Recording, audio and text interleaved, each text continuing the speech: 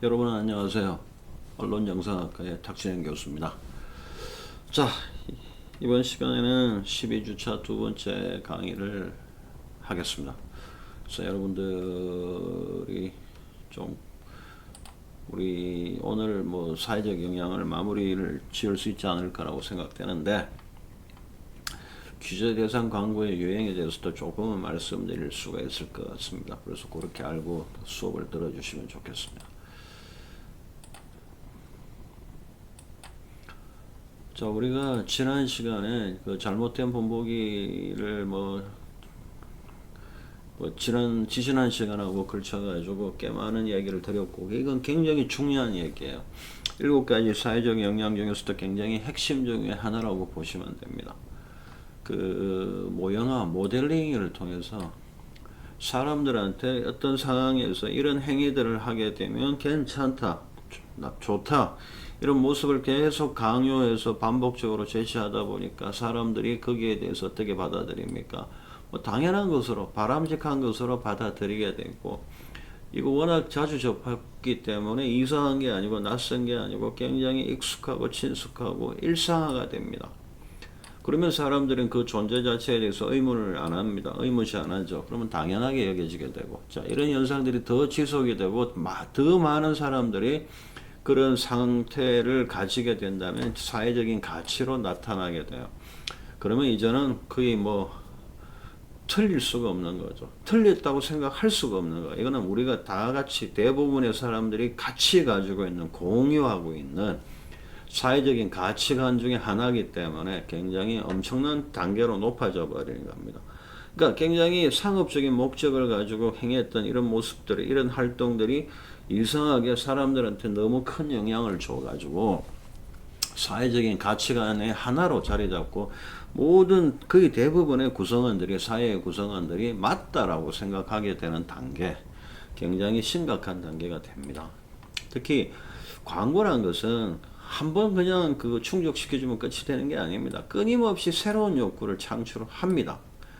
욕구를 계속 만들어내야지만이 신제품, 새로운 제품을 다시 또 판매할 수 있게 되고, 그래야지만이 기업들은 수익을 창출하게 되고, 그죠? 물론 궁극적으로 이제 산업이 발전하고 국가 경제가 발전할 수는 있겠지만, 소비자의 입장에서 본다면 반드시 꼭 해야 될 소비가 아니고, 굳이 없어도 되는 것들까지 이런 모델링의 영향을 많이 받아가지고 인식이 머릿속에 잘못 자리 잡아가지고 자꾸 소비를 하게 되고, 그죠?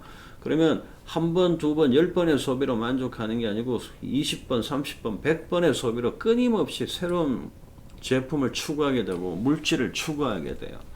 자, 그런데 우리 지난 시간에 그 얘기 많이 드렸죠. 구매 욕구와, 그죠? 욕구는 계속 창출이 돼요. 이걸 누가 부추겨요? 광고에서 계속 부추긴단 말이에요. 그러면 새로운 구매 욕구는 계속 끊임없이 창출이 되는데, 우리가 가진 재화, 돈은 어떻습니까? 한정적이에요. 그래서 내가 사고 싶다는 구매 욕구하고 살 수 있는 능력, 구매력은 항상 괴리가 발생한다는 거예요. 어쩔 수 없이 대부분의 사람들한테. 내가 이재용이가 아니라면 이건 어쩔 수가 없는 거야. 그럼 항상 사람들은 뭡니까? 상대적인 박탈감을 느끼게 되고, 주변 사람들하고 자꾸 비교를 하게 되고, 경쟁을 하니까 항상. 그러면 항상 나는 어떻게 느낍니까? 사고 싶은데 못 사요? 옆집 아줌마는 샀어? 그러면 나는 굉장히 불행해요. 소비자의 불행감이 생기고, 그럼 도대체 나라는 인간은 뭔가? 이것도 하나 못 사나? 모멸감, 멸시감을 가지게 돼요. 굉장히 심각한 상황에 빠질 수도 있다는 걸 기억합시다. 자, 그리고 이제 우리가 모델링이라고 했는데, 결국 광고란 것이 어떤 특정 상황에서, 자, 우리가 충분한 정보가 없을 때 결국 항상 우리는 판단의 근거로서 스테레오타입을 많이 이용해요. 이거는 이런 거고 저거는 저런 거다. 딱 자기 나름대로 딱 정해진 그 편견 같은 거예요. 그죠? 스테레오타입은 정형화된 이미지인데 부정적인 거예요. 편견적인 이미지예요. 그러니까 우리가 충분한 그 사리 판단을 할 수 있는 정보가 주어진다면 절대로 우리는 왜곡되고 편견을 가진 이런 잘못된 이미지를 가지고 어떤 대상을 판단하지는 않습니다. 그런데 대부분의 현대인들은 워낙 복잡한 사회에 살고 있다 보니까 모든 대상에 대해서, 모든 일에 대해서 충분한 정보를 가질 수가 없어요. 그러면 언론이라든가 아니면 광고라든가 이런 매체에서 전달해주는 스테레오타입, 정형화된 이미지, 결국 편견적인 이미지에 의거해서 현실 인식이라든가 세상을 바라보게 돼요. 결국 상징적인 정형화입니다. 결국 이걸 통해서 편견이 자연스럽게 유도가 되는 거고, 사실 없어도 되는, 지난 시간에 제가 침대와 온돌에 대한 얘기, 뭐 스타일러 얘기 다 드렸던 것 같은데, 그걸 곰곰이 한번 곱씹어 보시기 바래요. 만약에 이 입식 문화라는 거, 침대 생활한다는 거, 이 자체가 하나의 편견이에요. 그죠? 자, 이게 정답일 수가 없는데, 자, 그런데 대부분의 사람들은, 자, 이 매체, 대중문화라든가 대중매체에서 전달하는 이런 스테레오타입, 굉장히 편견을 가진 정형화된 이미지에 너무 익숙해지고 길들여졌어요. 그러면 침대 생활, 소파를 생활하는 것 그 자체가 너무나 자연스럽다고 생각하고 당연하다고 생각을 해 왔단 말이에요. 사실은 꼭 그런 건 아니에요. 꼭 침대가 정답은 아니고, 그죠? 소파에 무조건 입식 생활하는 게 정답은 아닌데, 우리는 그걸 너무나 당연하게 받아들이고, 당연시 해온 거고. 이제는 거의 뭐 모든 사람들이, 뭐 제 생각에 대한민국 국민의 한 90% 이상은 여기에 동의하실 거예요. 그렇게 바뀌어간다는 얘기예요. 자, 그리고 광고는 그 겉으로는 뭐 굉장히 그죠, 표면적으로는 효도, 결혼, 건강, 청결, 사랑, 우정 이런 얘기를 하는 것 같지만 잘 내면을 들여다보면 속 의미를 그죠, 감춰진 의미에 우리가 집중을 하다 보면 결국 이게 경쟁이고 탐욕이고 욕망이고 야망입니다. 결국 질투 이런 내용들을 부추겨 가지고 소비자들이 좀 더 많이 구매를 하고 많이 소비할 수 있도록 하는 건데, 그 목적은 뭐예요? 판매를 위한 거.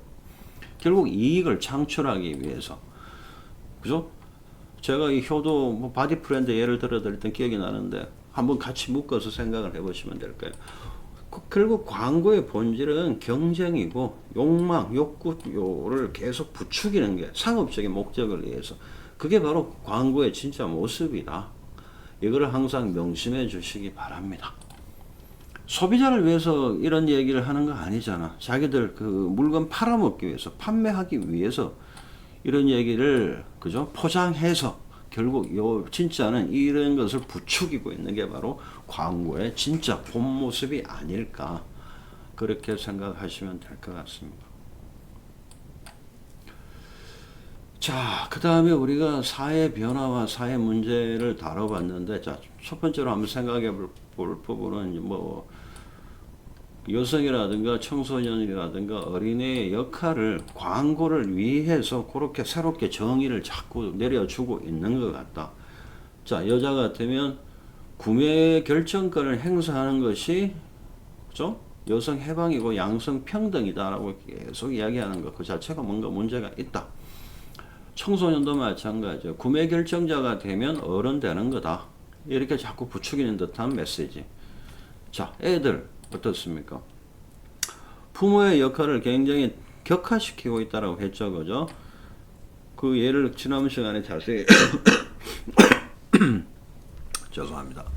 자세히 말씀을 드렸는데, 그 결국은 부모라는 존재는 어린 애들 물론 철이 없으니까 그럴 수도 있겠지만, 부모는 결국 내가 원하는 장난감을 사줄 수 있는 사람이냐 아니냐의 차원으로 격화가 돼버려요. 부모의 존재 자체가 굉장히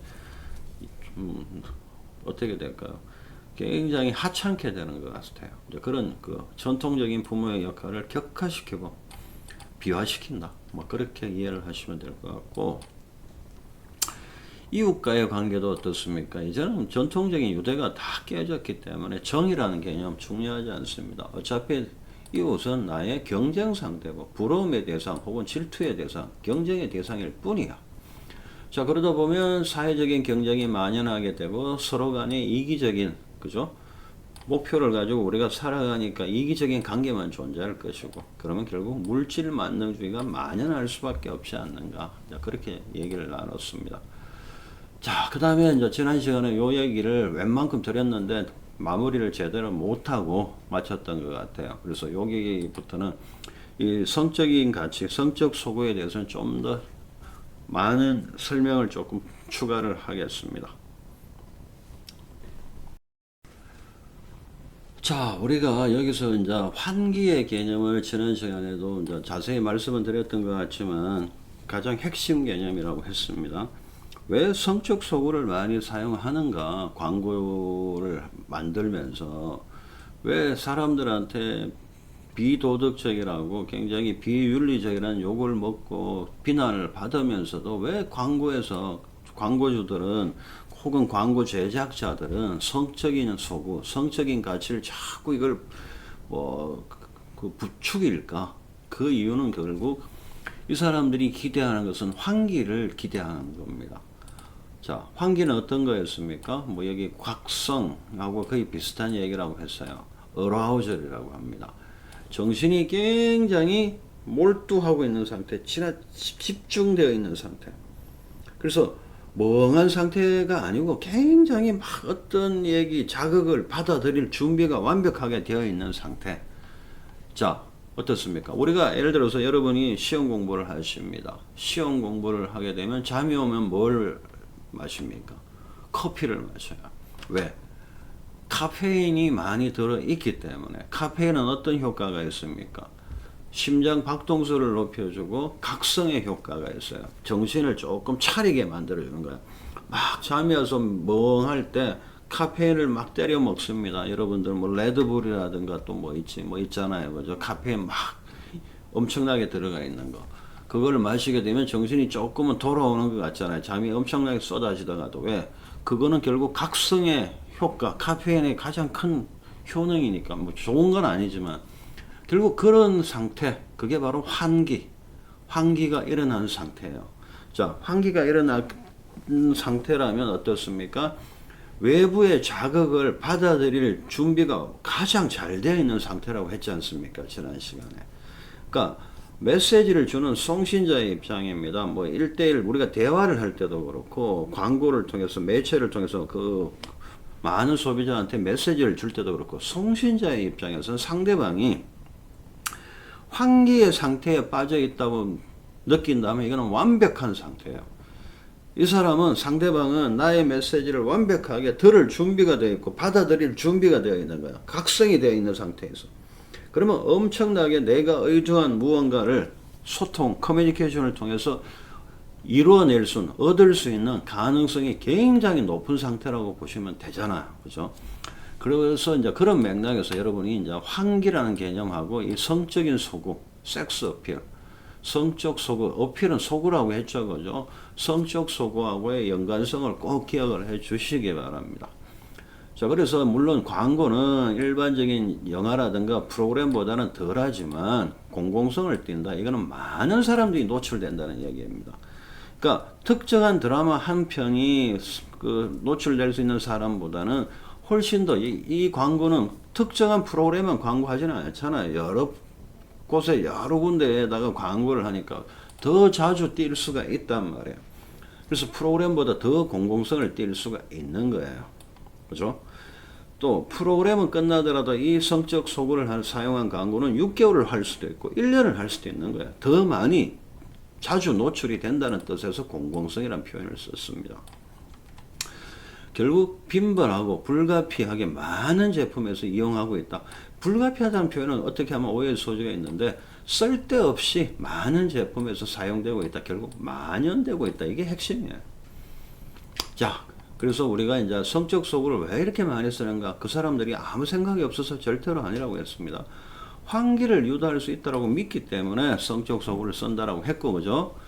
특히 또 이 환기의 정도를 따져볼 때 아주 지나치게, 너무 지나치게 환기를 강하게 시켜버린다? 그럼 어떻게 됩니까? 사람들이 회피할 수가 있어요. 그 자극을 너무 강하면. 그러니까 자극이 어느 정도 사람들한테 사람들이 수용할 수 있는 범위 내에서 환기를 일으켜야지 너무 지나치다 그러면 어떻게 됩니까? 그 환기를 거부할 수 있고 회피할 수 가능성도 많이 생긴다는 얘기예요. 자, 예를 들어 가지고 조금 이 좋은 예가 될지는 모르겠지만 오해하지 마시고, 자, 우리가 흔히 뭐 요즘 박사방 때문에 굉장히 나라가 시끄럽고 조주민이 같은 나쁜 놈 잡긴 잡았죠. 그죠? 그러면 예를 들어 가지고 우리가 흔히 포르노라는 게 있습니다. 성적인 소구 굉장히 세게 하는 거, 포르노. 우리가 이제 등급을 매길 때 그 19금이라는 게 있죠. 뭐 영화나 방송 같은 19금이라는 얘기는 폭력이나 성적인 소구가 굉장히 강하다는 뜻이야. 이거는 어른들만 봐야 된다. 왜? 청소년만 해도 만 18세까지만 해도 이거를 까딱하면 잘못 수용해서 나쁜 짓을 할지도 모른다. 그런 의미잖아요. 그죠? 프로그램 등급이라는 것이. 자, 그러면 우리가 19 다음이 무슨 등급입니까? X예요. 자, 싱글 X, 더블 X, 트리플 X까지 있습니다. 그러니까 포르노 분야에도 그러니까 여러분이 자꾸 이상한 것만 있는 게 아니고 포르노도 정식으로 예를 들어 가지고 미국이라든가 유럽 국가들에는 상당수가 정식으로 이거를 상영도 가능해요. 극장에서. 그러니까 이게 뭐 이상한 건 아니에요. 우리 한국 사회는 야동, 뭐 포르노 그러면 굉장히 범죄를 짓는 이상한 거라고 생각을 하는데 그런 문화에 조금 차이가 있고 정상적인 그런 그 프로그램이나 영화라면 그거는 뭐 크게 법적으로 문제되는 건 아닙니다. 단 방송에서는 방영할 수는 없죠.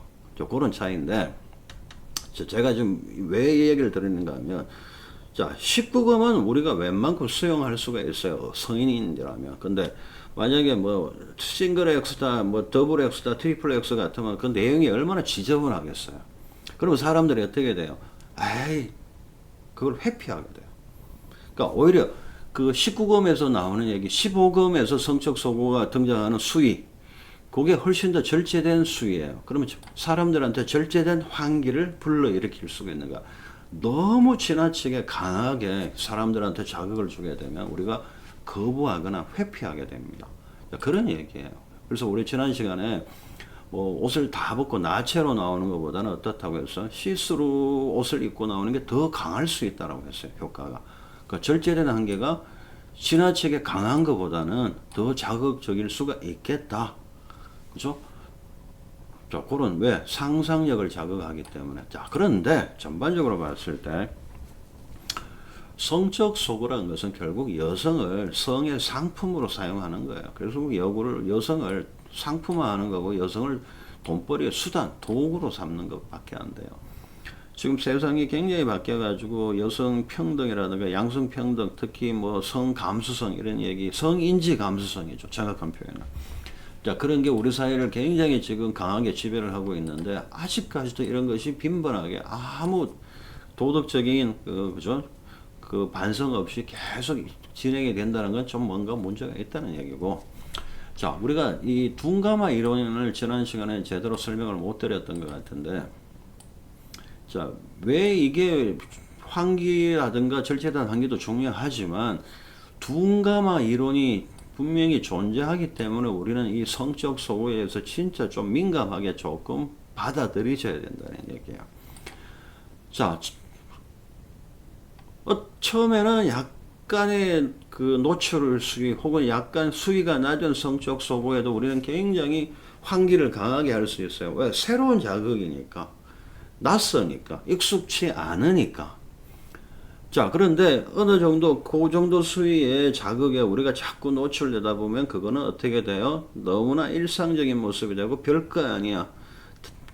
그러니까 당연한 것처럼 뭐 별거 아니니까 우리가 거부할 필요가 없는 거야. 자, 그러면 광고주 입장에서는 어떻습니까? 아, 처음에 뭐 한 달 정도는 굉장히 환기가 잘 됐는데 한 6개월 정도 지나니까 환기가 잘 일어나지 않는 것 같아. 조사를 하고 효과 측정을 해보니까.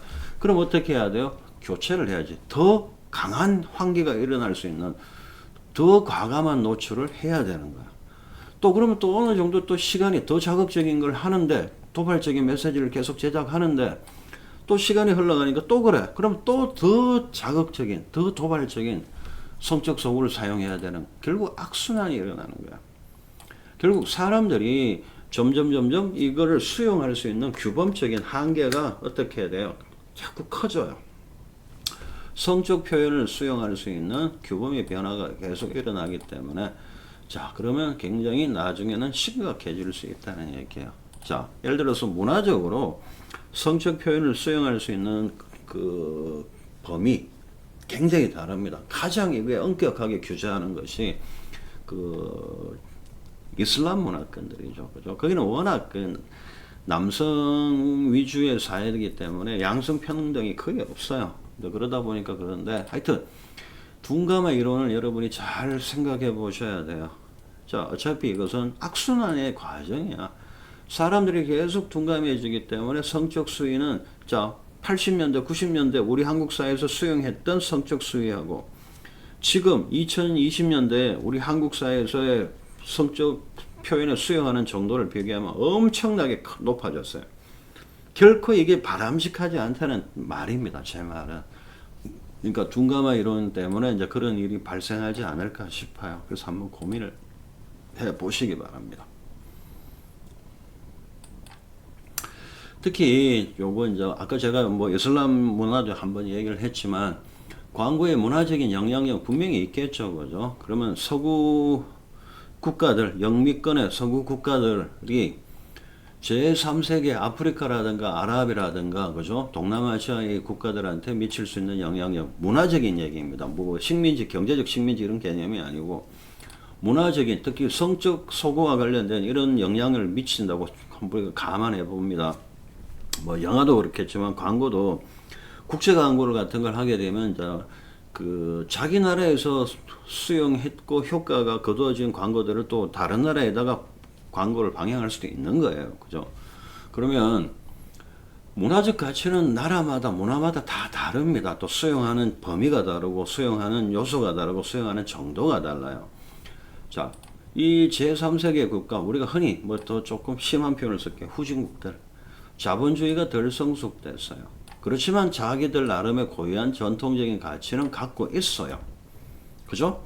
그런데 어떻게 됩니까? 문화 제국주의가 일어난다라고 했잖아요. 제가 학기 초반부에. 그러면 이 서구 사회들, 서구의 선진국들의 라이프 스타일을 막 강요를 하게 되죠. 자연스럽게. 어차피 일방적으로 선진국에서 문화는 선진국에서 후진국으로 수출이 되고, 그죠? 전달이 되고 전파가 되는 거지. 후진국의 문화가 선진국에 전파되지는 않습니다. 그냥 호기심으로 한번 슬쩍 쳐다볼 수는 있지만 그걸 수용하지는 않아요. 그죠? 그러면 결국 이 제3세계 국가들 입장에서는 어떻습니까? 선진국들의 이런 라이프 스타일이 막 우리도 모르게 자기들도 모르게 그냥 수용하게 되는 거야. 그럼 어떻게 돼요? 고유한 전통적인 문화적 가치는 많이 상실해버리고 선진국의 서구적인 문화에 특히 젊은 친구들 종속이 될 가능성은 항상 내포되어 있다고 했습니다. 자, 우리가 지난번에 그 텔레비전의 특성 얘기할 때 종속이론 한번 말씀을 간단하게 드렸습니다.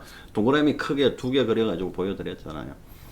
그러니까 중심부가 있고 주변부가 있어요. 중심부는 뭡니까? 선진국들, 문화 선진국. 주변부는 누구예요? 제3세계 국가. 자, 예를 들어가지고 중심부가 여기 있으면 주변부가 이만큼 크게 있단 말이야. 그럼 중심에서 주변으로 영향력이 발생하잖아요. 항상. 이렇게. 중심에서 주변으로. 선진국에서 후진국으로. 그래서 이 종속이 발생할 수밖에 없고 특히 정치적, 경제적 종속도 있겠지만 문화적인 종속도 큰 위험에 빠뜨릴 수 있게 될 것이다. 그런 얘기를 드렸던 것 같습니다. 그래서 특히 뭐 다른 모든 면에 다 그렇겠지만 특히 성적인 문제, 성적 소구와 관련해서 이 제3세계 국가들한테 미칠 영향력은 굉장히 커요. 그래서 그 이슬람의 그 종교적인 신앙심이 굉장히 중요하고 강한 국가들에서는 그 서구 자본주의의 그 수입이라든가 활개를 못 치게 많이 막죠. 그렇지만 요즘은 다 이게 인터넷이라든가 SNS를 통해서 많이 열려 있기 때문에 쉽지는 않습니다. 또 그런 얘기까지 드릴게요. 자, 이번 시간에는 요 새로운 주제 냉소주의에 대해서 말씀을 또 시작을 해보겠습니다. 자, 여섯 번째 사회적 영향은 이제 냉소주의에 미치는 영향입니다. 자, 이건 무슨 말인가 하면, 자, 미리 한번 큰 정리를 한번 크게 한번 내려보고 구체적인 얘기를 조금 드릴게요. 자, 광고가 언어에 조금 나쁜 영향을 미칠 수 있다고 봐요. 그래서 언어에 나쁜 영향을 미쳐서 냉소주의를 좀 더 만연시킨다. 수용자들한테. 그러면 그 결과는 사람들이 냉소주의가 심하면 심할수록 심해지면 심해질수록 어떻게 되냐면 믿음이 없어요. 의심만 품는 거야. 항상 냉소적이야. 아유, 그죠? 항상 뭐에 대한 신념이라든가 믿음이 없고 항상 의심을 품기 때문에 외롭게 돼요. 고립될 수밖에 없어요. 자, 사람에 대한 믿음이 없기 때문에 사람과 사람 간의 인간관계가 별로 형성될 수가 없어요. 예를 들어서. 그러니까 고립되고 외로운 존재가 될 수밖에 없게 되는 거예요. 자, 그 기저에 언어가 있고 특히 광고가 언어에 미치는 영향에서 이게 결국 궁극적으로 발생될 수 있다는 건데 미리 말씀을 드리겠습니다. 이 광고의 사회적 영향 7가지가 있었다 그죠? 그 중에서 가장 어떻게 보면 발생 가능성이 낮은 거예요. 뭐 광고 때문에 사람들의 냉소주의를 더 부추기고 만연시켜서 사람들을 고립되게 만들 수 있다. 가능성은 조금 있어요. 조금 있지만 아주 크지는 않아 보입니다. 그래서 여러분이 제가 계속 강조를 했습니다만은 7가지의 사회적 영향은 무조건 발생한다는 거 절대로 아닙니다. 오해하시면 안 돼요. 발생시킬 수도 있다는 가능성에서 봐야 되고, 자, 예를 들어서 아까 우리가 그 본보기 모델링 얘기를 많이 했지만 그거는 저는 굉장히 가능성이 높은 얘기라고 시켜요. 발생 가능성이. 그렇지만 거기에 비해서 상대적으로 이 냉소주의 얘기는 좀 발생 가능성이 좀 희박하고 까딱하면 좀 논리적으로 비약이 심하지 않습니까? 라는 얘기를 하시더라도 제가 크게 반박하기는 쉽지 않을 것 같아요. 뭐 이건 제 얘기가 아니고 아주 유명한 학자들의 얘기이기 때문에 저는 여러분들한테 소개하는 입장입니다. 자, 구체적인 말씀을 좀 드릴게요. 일단 이거부터 먼저 말씀을 드려야 됩니다. 우리는 언어를 통해서 사고를 한다. 생각을 하고, 그죠? 고차원적인 뭔가 그 행위를 하는데 사고라든가 생각, 사상 이런 것은 결국 그림으로 이미지를 가지고 하지는 못합니다. 왜? 굉장히 추상적인 게 때문에. 자, 그림은 굉장히 구체적이에요. 그죠? 그래서 간단한 얘기들을, 간단한 뭐 현상이라면 이 그림으로, 이미지로 충분히 우리가 받아들일 수가 있어요. 그렇지만 굉장히 뭐 이념이라든가 사상이라든가 이런 거 복잡한 현상에 대해서는 우리는 이미지를 가지고는 택도 없어요. 항상 언어를 가지고 고차원적으로 사고를 해야 돼요. 그래서 인간은 생각하는 동물입니다. 그죠? 사고를 할 줄 아는 동물이에요. 그래서 우리가 항상 사고를 통해서, 물론 상상력에 도움도 많이 받았겠지만 사고를 통해서 논리적으로, 그죠? 많은 그 인류의 발전을 이뤄왔다고 보셔도 무방할 것 같아요. 자, 그러면 사고를 할 때 여러분이 한번 생각해 보십시오. 뭐를 가지고 합니까? 우리가 생각을 할 때 어떻게, 추상적인 생각, 복잡한 생각을 할 때 어떻게 합니까? 언어를 빌려와서 언어를 사용해서 해요. 그러니까 인간은 가장 고등한 동물이라서 사고를 해요. 그죠? 심각한 추상적인 문제 같은 거를 쉽게 말해가지고, 인생은 뭔가, 사람은 왜 죽는가, 뭐 우주의 끝은 있을까, 아주 뭐 추상적이지만 형이상학적일 수도 있고, 뭘 가지고 합니까? 언어를 가지고 해요. 그래서 우리는 언어가 없다면 사고를 할 수가 없어요. 고차원적인 생각을 할 수 없단 말이에요.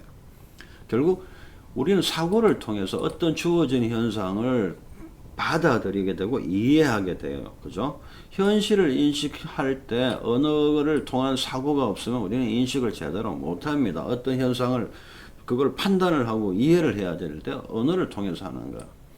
그래서 뭐 심한 경우는 어떤 학자들은 인간은 언어에 고립되어 있다라고 표현하기도 합니다. 왜? 가장 인간이 다른 동물과 구별되는 것은 언어 사용 능력인데, 이 언어 사용 능력을 통해서 결국 우리는 사고를 하게 됐고, 그 사고를 통해서 이만큼 문명을 발전시켰다. 그렇다면 우리의 생각하는 거, 우리의 사고 행위는 결국 언어에 달려 있는 거야. 결국 언어에 의해서 우리는 지배를 받는다고 뭐 이야기하기도 하는데 그건 좀 너무 추상적이라서 그냥 넘어갈게요. 결국 우리의 인식과 판단하는 사고는 언어를 통해서 어휘, 표현, 개념 등을 통해서 이루어진다. 요걸 일단 기본 전제로 이해를 하셔야 됩니다. 언어를 통해서 우리는 사고를 하고 생각을 하는 거야. 자, 그런데 광고에서 만약에 언어의 신뢰성에 영향을 준다고 칠게요. 자, 언어는 굉장히 지금 사고의 가장 중요한 수단이야, 도구야. 근데 그러면 우리가 사고를 제대로 하려면 뭘 해야 됩니까? 언어가 완벽해야 돼요. 문제가 있으면 안 돼. 왜? 사고의 틀인데. 언어의 그 체계 자체가. 근데 광고에서는 우리가 일상적인 언어보다는 뭡니까? 좀 축약되거나 조금 그 상업적인 목적을 띠는 이상한 표현들을 많이 써요. 그렇잖아요. 광고의 표현. 뭐 쉽게 표현할게요. 제가 여기 급식체 예를 들어놨는데, 자, 급식체는 어떻습니까? 문법 파괴, 어휘 파괴예요. 그러니까 언어의 실을 완전히 그냥 뒤틀어버린 거예요. 언어 체계 자체를. 아니면 개그맨들 유행어 만드는 말장난하는 거 있죠. 언어를 파괴하잖아. 그러니까 원래 존재하던 우리가 그 학교에서 배우는 문법 체계라든가 언어 체계를 완전히 얘들은 뭉거뜨려 버려, 왜곡시켜 버려요. 급식체도 그렇고 개그맨도 그렇고 광고에서 약간 그런 속성이 강해요. 얘들보다는 덜하지만. 그러면 결국 언어의 신뢰성에 나쁜 부정적인 영향을 준단 말이야. 그러면 언어의 신뢰성에 쉽게 말해서 금이 갔어. 언어의 가치가 떨어져. 자, 그러면 여기에서 약간의 논리적인 비약이 있을 수도 있는데, 자, 이런 언어의 가치 자체가 떨어져요. 절하가 돼. 그러면 자, 우리가 만약에 이게 한 번, 두 번이면 괜찮지만 결국 이게 잘못된 언어 체계로 굳어버린다면 우리는 어떻게 되는 거야? 세상을 인식하고 바라보고 사고를 할 때 언어를 사용해야 되는데, 우리가 사용하는 사고의 도구인 언어 체계가 약간 잘못됐단 말이에요. 왜곡됐다고 쉽게. 그럼 어떻게 돼요? 우리는 현실을, 세상을 받아들일 때 잘못된 언어를 통해서 받아들인다면 약간 왜곡되거나 잘못, 이상한 인식을 할 수 있게 되겠단 말이야. 자, 그러다 보면 사람들이 냉소적인 태도도 생성할 가능성이 있겠다는 얘기입니다. 자, 그러면 냉소적이라는 얘기는 모든 것을 다 불신합니다. 자, 여기까지는 여러분들이 인정하셔야 돼요. 왜 그렇습니까? 진짜 그렇습니까? 그렇게 이야기하시면 안 되고. 자, 이거는 어떤 그 학자들의 주장이에요. 저는 소개만 하는 입장입니다. 뭐 저도 개인적으로 이 냉소주의는 조금 논리적인 비약이 있다라고 저도 인정해요. 그래서 그걸 감안하고 들으시기 바랍니다. 자, 그러면 냉소주의가 만약에 생겼다면 약간이라도, 냉소주의는 뭡니까? 의심이에요, 의심. 자, 기존의 기성에 원래 존재하는 모든 것에 대해서 이걸 부정하고 싶어 하는 거야. 그걸 그대로 받아들이겠다는 게 아니고 다 부정하는 거. 에퍼스라는 개념이 그런 겁니다. 냉소적인 거. 그러면 특히 냉소적일 때 누구를 대상으로 합니까? 부모에 대해서 냉소적이지는 않아요, 일반적으로. 자, 힘 있는 기관, 권력자, 이런 권위적인 그 대상에 대해서 우리는 불신감을 가져요. 자, 예를 들어 정치적 냉소주의라면 뭐를 이야기합니까? 정치 현상의 주체에 대한 우리는 의심과 불만을 크게 가져요. 냉소적이야. 그러면 거기에 대한 주체들, 예를 들어 행정부, 혹은 뭐 사법부, 입법부, 거기에 대해서 우리는 불신감을 가질 수 있는 거야. 그 중에 하나가 매체일 거야. 그죠? 매체도 하나의 권위적인 기구니까. 그러면 이런 것들이 광고주에 대한 불신으로 이어질 수 있고, 모든 것에 대해서는 불신으로 이어질 수 있을 거라고 보는 겁니다. 자, 일단 요거를 일단 마무리하고 다시 한번 정리를 할게요.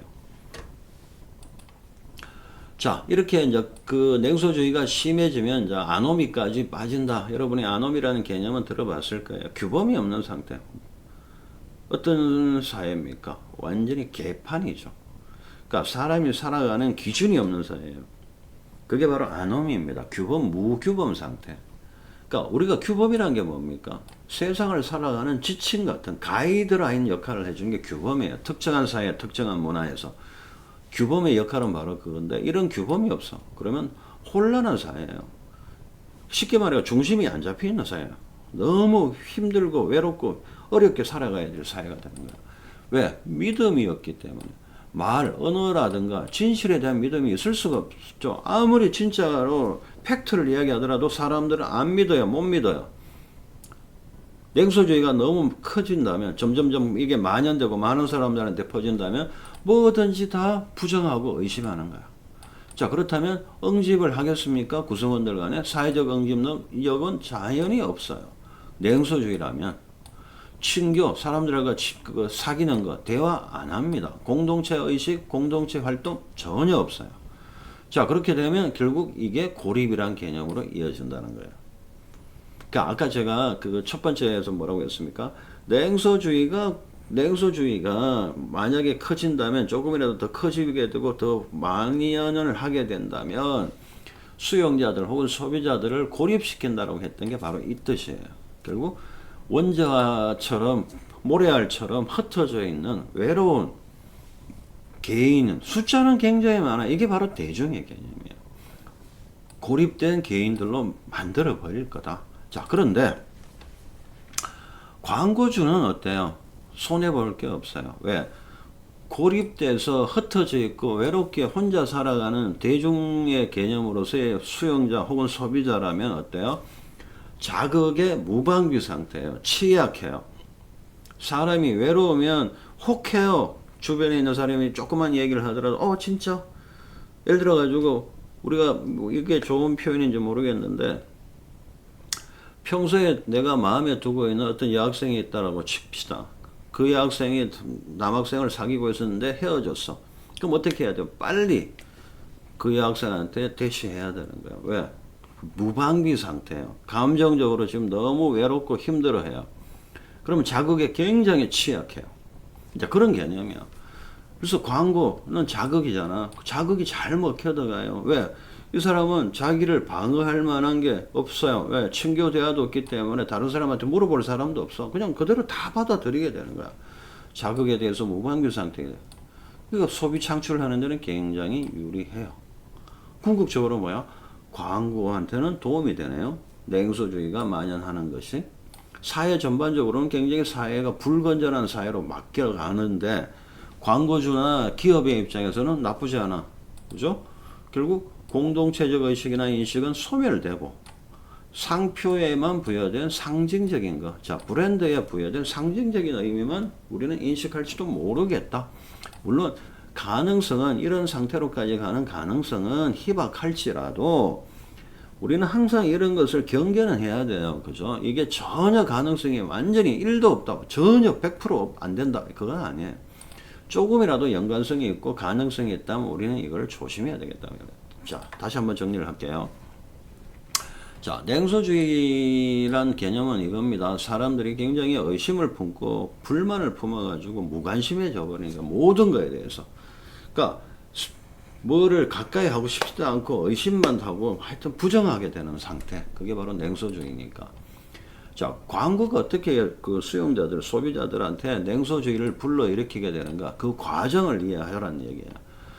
자, 인간은 사고를 하는 동물인데 사고를 할 때 그 도구가 뭐를 가지고 하느냐? 언어를 가지고 한단 말이에요. 왜? 사고란 것은 굉장히 추상적인 활동이에요. 단순하게 이미지 가지고 그림 그리듯이 해가지고는 도저히 못해요.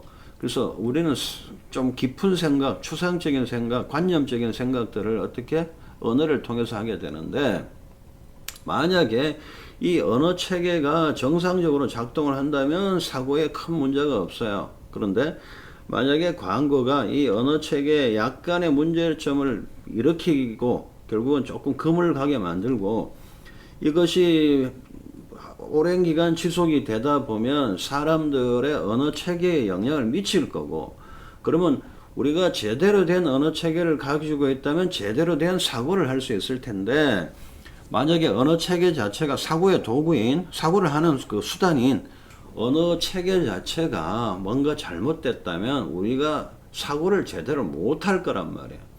자, 우리는 항상 뭔가 사고를 통해서 세상을 인식하고 현실을 받아들이는데 그거를 잘못 인식하고 잘못 받아들이게 된다. 결국 왜곡될 가능성이 있단 말이에요. 그죠? 자, 그렇다면 그런 왜곡적인 성향으로 우리가 현실을 인식하고 판단을 하는 그 결과물 중에 하나가 냉소주의라는 얘기예요. 자, 그렇다면 냉소주의는 의심을 하고 불신을 하고 그죠? 계속 부정을 하는 거야. 권위적인 거에 대해서. 자, 권위체에 대한 불신감이 계속 생기면 뭐 예를 들어 매체라든가 광고주에 대한 불신감도 생길 수가 있겠죠. 그죠? 자, 이런 것이 계속 만연하게 되면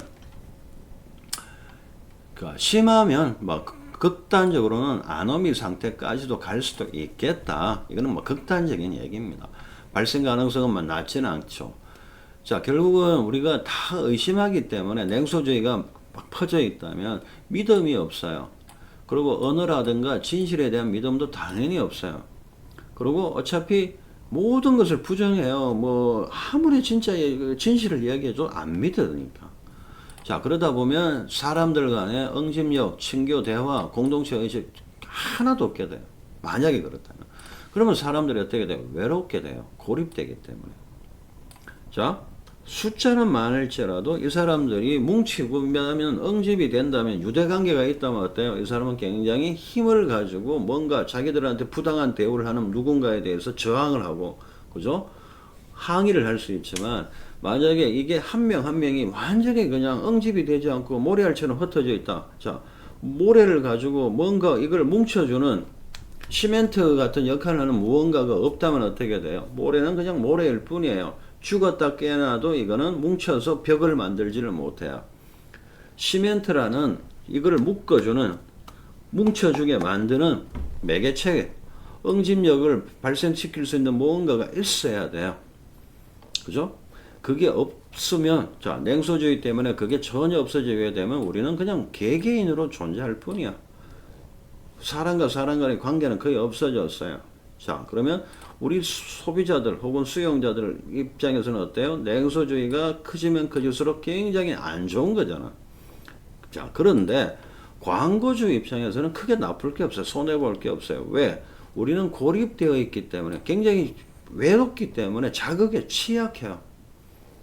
그죠? 나하고 같이 뭔가 유대를 맺어가지고 많은 사람끼리 뭐 상의를 하고 토론을 하고 그래서 현실을 좀 더 제대로 인식하고 이런 가능성이 없단 말이에요. 이렇게 고립된 수용자한테 자극, 광고는 외부적인 자극이잖아. 잘 먹혀들어갈 수밖에 없어요. 그러면 우리는 자극에 대해서 무방비 상태니까 광고적인 자극은 성공해요. 효과를 거둬요. 그러면 판매라든가 소비가 굉장히 확대될 가능성이 있기 때문에 기업의 입장에서는 손해볼 게 없는 거야. 이런 냉소주의 상태가. 우리만 피해를 보는 거야. 소비자들, 수용자들만. 결국 공동체 의식은 없어요. 이제는 상표에 부여된 상징적인 것, 브랜드의 의미밖에 없어지게 될 수도 있겠다. 자, 하나의 작지만 하나의 가능성을 우리는 경계는 하자는 얘기예요. 자, 다음으로 갑니다.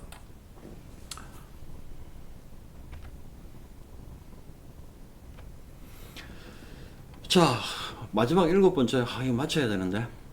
자, 도덕성에 대한 얘기예요. 결국 광고는 도덕성에 부정적인 영향을 미친다는 뜻이 될 겁니다. 자, 광고는 철저하게 상업적인 속성을 띠기 때문에 반도덕적이에요. 자, 제가 지난 시간에 뭐 수도성 얘기라든가 뭐 참선하는 스님 얘기도 드렸습니다만은 종교적인 속성하고 광고적인 속성은 완전히 상충됩니다. 자, 종교에서는 항상 물질을 추구하라 그럽니까? 아니죠. 물질에서 벗어나라고 합니다. 자, 종교적인 교리와 이상의 정면으로 배치된 세속적이고 물질적인, 물질주의적인 그가 바로 광고다라고 생각하는 겁니다. 자, 우리가 물질에서 헤어나지 못하면 그게 뭐야? 그게 철저하게 세속적인 거예요. 그러니까 굉장히 이기적인 거고. 자, 그러면 내 이익을 추구하는 것을 강조하는데 결국 이것은 뭐야? 사회 발전에 장애가 된다. 자, 계속 물질만 추구하게 만들고 자기 이익이, 그러니까 이기적으로 만들게 되면 사회가 어떻게 됩니까? 융합이 안 되고 유대가 형성되지 않으니까 발전하기는 힘들다는 얘기예요. 특히 요 네 가지의 죄를 많이 광고 메시지를 통해서 교묘하게 사용한다. 자, 요 네 가지는 뭔가 하면 기독교에서 얘기하는 7가지 죄가 있습니다. 원죄. 사람들이 정말 이런 나쁜 죄를 가지고 있어. 많이 행해. 자, 우리가 이것을 조심해야 돼. 그 뭐 세븐이잖아요, 세븐. 자, 그거부터 한번 볼게요. 욕망, 나태, 탐욕, 욕심, 자부심, 자만심. 그리고 요 다음 페이지에 보시면 시기, 질투하는 거, 막 너무 화를 내는 거, 음식 그죠? 탐내는 거, 요 7가지를 묶어서, 요 4개에다가 요 7가지를 묶어서, 그죠? 7대 죄악이라고 치잖아요. 기독교에서 얘기하는. 그 중에서 7개 중에서 요 4개를 많이 활용한단 말이에요. 광고에서. 그 판매를 더 많이 하기 위해서. 결국, 물질주의에 따른 도덕성. 자, 이 종교적인 도덕성이 아닙니다. 광고는 물질주의적 도덕성이에요. 상품을 복음하는 거, 사람들한테 막 퍼뜨리는 거. 자, 그래서 이것이 계속 강조되다 보면 자기적인 정신적 와해가 오고, 이것이 만연되면 사회적인 그 타락으로까지 갈 수도 있고, 결국 퇴폐적이고 향락적인 상업적인 속성, 이기적인 속성이 더 많이 확산돼 나갈 것이다. 자, 사랑, 진실, 평화 이런 것 같은 숭고한 가치는 광고에서는 없죠. 표면적으로는 요 비슷한 걸 내세울 수 있을지 모르지만 그 내면에 숨어 있는 진정한 광고에서 그 의도하는 메시지는 뭐야? 이거하고는 거리가 먼 거예요. 그죠? 그래서 광고에서 요 네 가지를 주로 많이 강조한단 말이에요. 욕망, 성적인 욕망, 그죠? 뭐 디자이어, 나태, 휴식과 오락에 대한 추구. 자, 열심히 일한 당신 떠나라. 그 여행사 광고입니다. 나태를 막 부추기고, 탐욕. 자, 부와 명예를 막 탐하게 만들어요. 그래서 뭐 명예로운 사람은 뭘 해도 되고 막 계속 추구하게 만들고, 뭐 자만심 혹은 자부심, 프라이드. 자, 사회적 지위를 얻은 당신 1%의 뭘 한 사람만의 뭐 어쩌고 저쩌고, 이게 다 프라이드를 막 내세우는 거. 이런 식으로 광고 메시지에서 많이 사용한다는 얘기예요. 자, 오늘 이렇게 해서 12주차의 두 번째 수업을 마치는데, 제가 너무 설명을 너무 자세하게 하다 보니까 시간이 많이 소요가 되네요. 하여튼 요 강의 자료까지, 요 주제까지는 조금 자세하게 말씀을 드리고, 자, 다음 주제부터는 조금 진도를 빨리 좀 가는 걸로 해보겠습니다. 자, 오늘도 이 복잡한 얘기 들으시느라고 고생하셨고, 특히 요 사회적 영향에 대한 강의는 여러분들이 한번 조금 두 번, 세 번까지는 보셔야 되지 않겠나 하는 생각을 가져봅니다. 한 번은 그냥 슬쩍 들으셔가지고는 이해하시기는 저는 쉽지 않다라고 봅니다. 그래서 여러분이 복습 꼭 하셔야 되지 않을까라고 생각합니다. 예, 수고하셨습니다. 안녕히 계세요.